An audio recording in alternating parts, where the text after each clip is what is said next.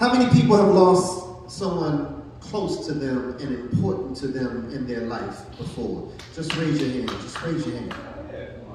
This poem right here is called The Elevator. Yeah, see?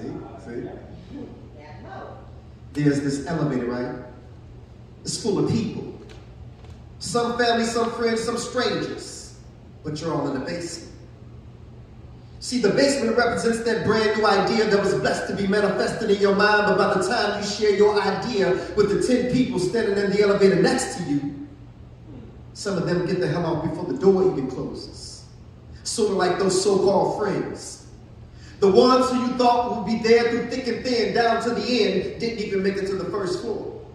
The door closes.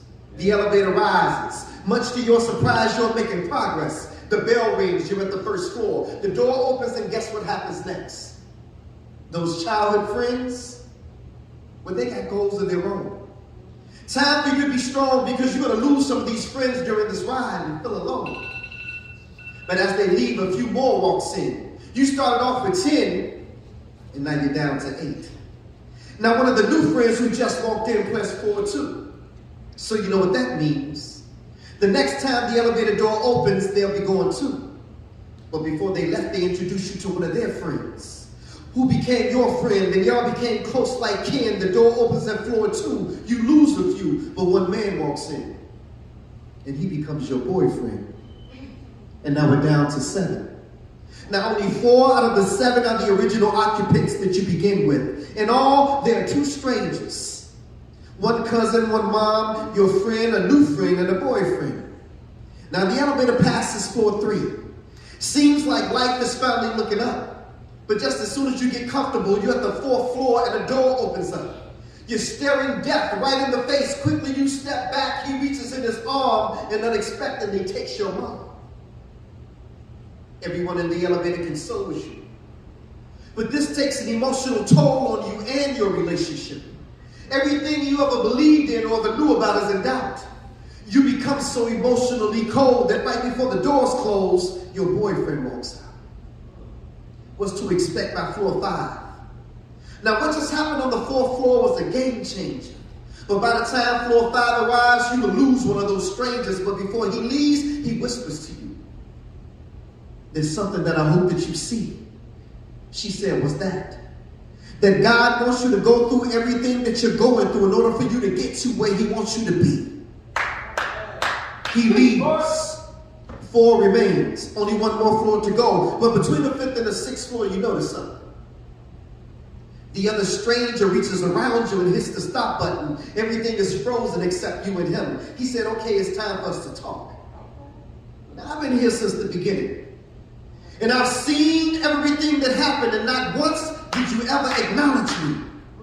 I even gave you words of comfort when you lost your mama. I thought at that point you would want to get to know me. Look around. Out of the 10 that you started out with, there's only a few.